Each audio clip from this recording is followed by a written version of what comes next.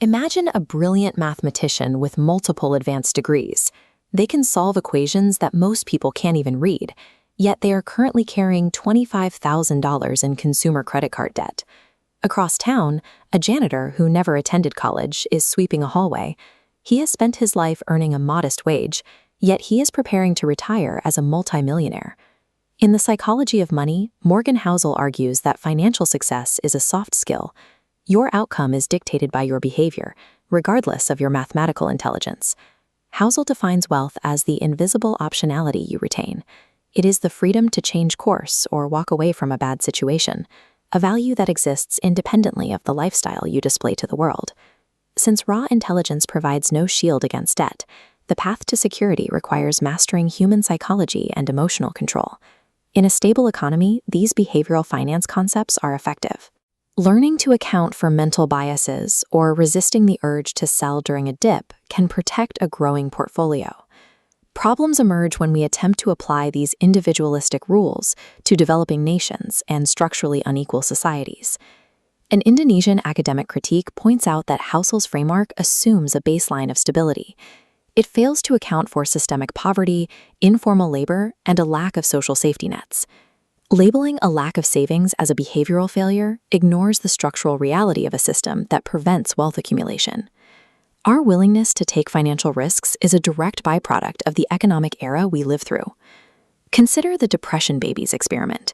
Researchers compared experimental investors who merely read about a market crash against those who lived through a simulated crash firsthand. The study found that experiencing a financial shock reduces an individual's future propensity to take financial risks. Real-world trauma wires the brain for caution in a way that data on a page cannot.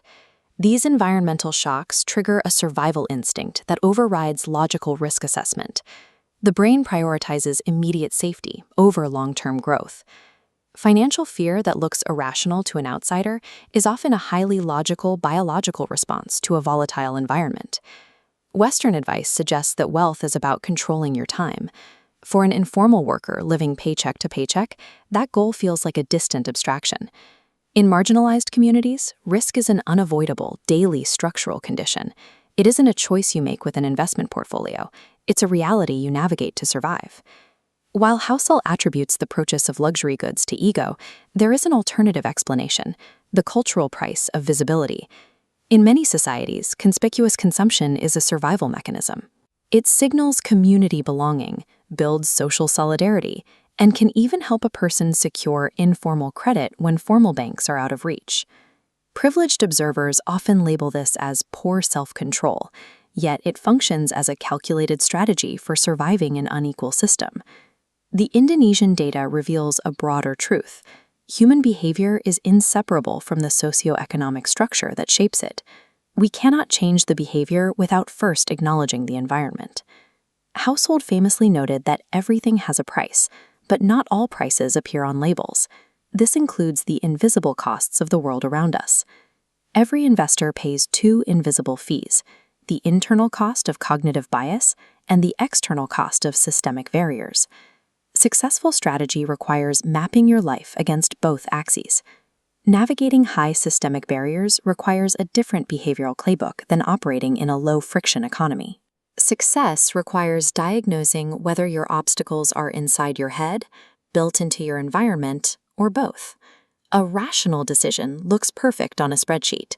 A reasonable decision is one that allows you to sleep at night given your specific circumstances. The reasonable choice for a trader in Manhattan is incompatible with the reasonable choice for a worker in the Global South. The Global South is a term referring to developing nations with significant structural and economic hurdles. True financial literacy is the ability to understand the specific game you are playing. It means forgiving yourself for the structural barriers you cannot control. Personal finance is deeply personal. The only right behavior is the one that helps